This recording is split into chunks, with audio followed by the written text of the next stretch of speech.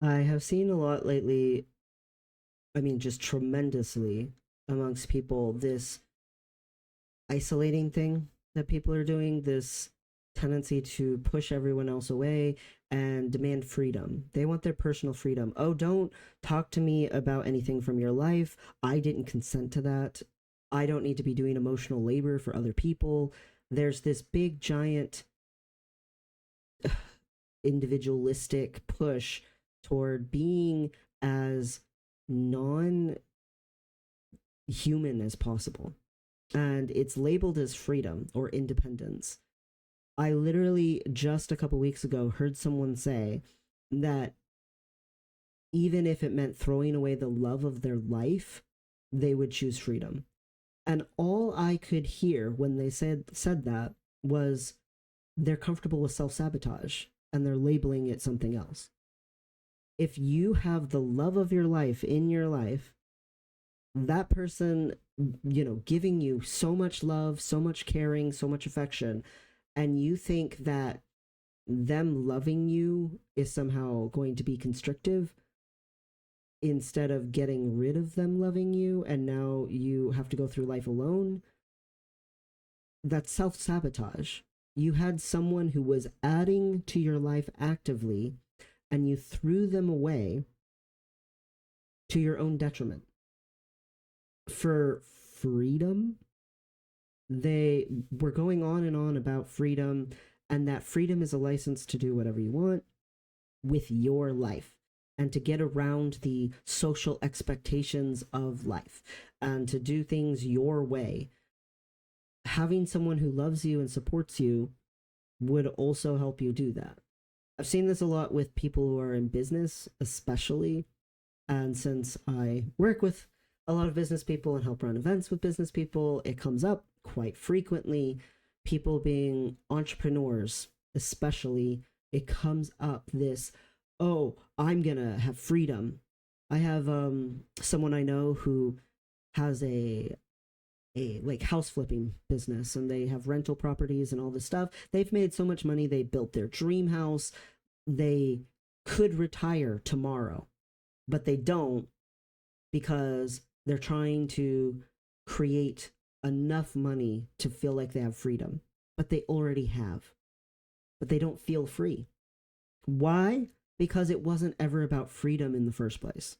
They're obsessed with this concept, and in actuality, it's fake.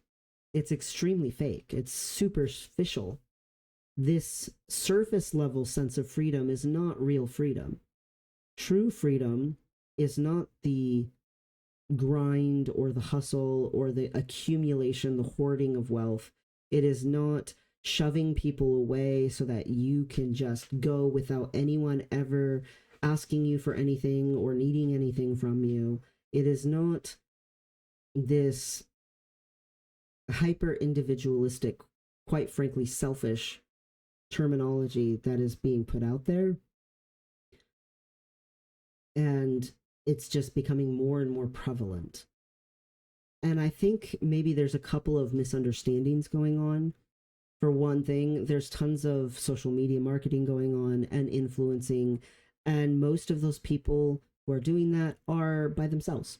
You look at a streamer, you look at, say an Instagram model or something like that, they're usually by themselves in their photos, in their images, in their videos.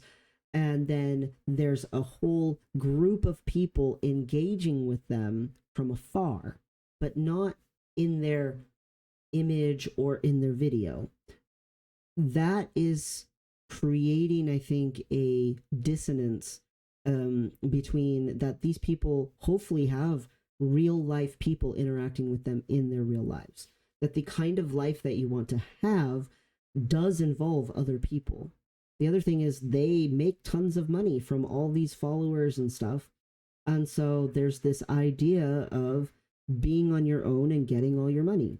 There's a lot of girls who are encouraged to just go make an OnlyFans because they'll hopefully make a ton of money. There's tons of people who want to hit the lottery with their Instagram reels and stuff. They make dance videos and everything else, and they're doing it solo. And that's the admirable thing, to go solo, to become your own empire, to do your own entrepreneur thing, and separate from people, isolate from people. There's a misconception, I think, with the system sucks. The overarching societal system, especially here in the US, is highly individualistic and very superficial. And so people don't like fakeness, and they know they're trying to be real. So they just want to stick with themselves because they don't really trust other people. And the reason they don't trust other people is they associate being around other people with being part of the system. But there's a huge difference between being in community with people and being part of the overarching system. I see so many people pulling away saying, oh, everything's rigged. It's all, you know, it's all like just to get the rich people richer. It's all to get the famous people more famous. It's all fads and trends. None of it's real. It's all fake conspiracies, everything else. And they get that distrust ingrained in them so hard, they start to distrust the people around them. But the people around them aren't part of all of those systems. The people around them are also trying to survive living through those systems. And since no one is addressing the systems and instead they're isolating from each other, it just keeps getting worse and worse and worse. If we all came together and said, yeah, you know what, these systems suck, we can make better ones, we could make real change. But because everyone's pulling away from everyone, they're making it harder for themselves to overcome the systems in place. And it just reinforces the distrust and the individualism. It's a problem, especially when it comes to finances. The ways that people have throughout history gotten around restrictive things have often involved coming together and financially supporting each other. There are tons of countries in the world where having a massively long mortgage to own a place means multi-generational families living there and more than one generation helping to pay off that home so that the family as a whole has a roof over their head in perpetuity. In, a lot of systems with, like the US, for instance, when we had rules against Chinese people coming over to work in, some cities on the West Coast, whole families of Chinese people would come together and start a business. And because they did that together and they trusted each other to do that, they ended up being successful anyway, even though they weren't allowed to own property, weren't allowed to have an apartment, weren't allowed to have a house. They found a way around it by coming together and working together as a team. And businesses were allowed to own property. Businesses were allowed to have buildings. And so then they could still have somewhere, even though they themselves as an individual were not allowed. Coming together as a community, coming together as a populace, coming together as people for a united common cause, especially when it comes to economics and finances, only benefits the majority of people. And this pushing people away and acting like, oh, I won't settle for anyone. You're not settling. That's not settling if someone is actually genuinely good to you. If someone checks 9 out of 10 boxes and you're hyper focusing on the one box that's not checked, that's not something wrong with them.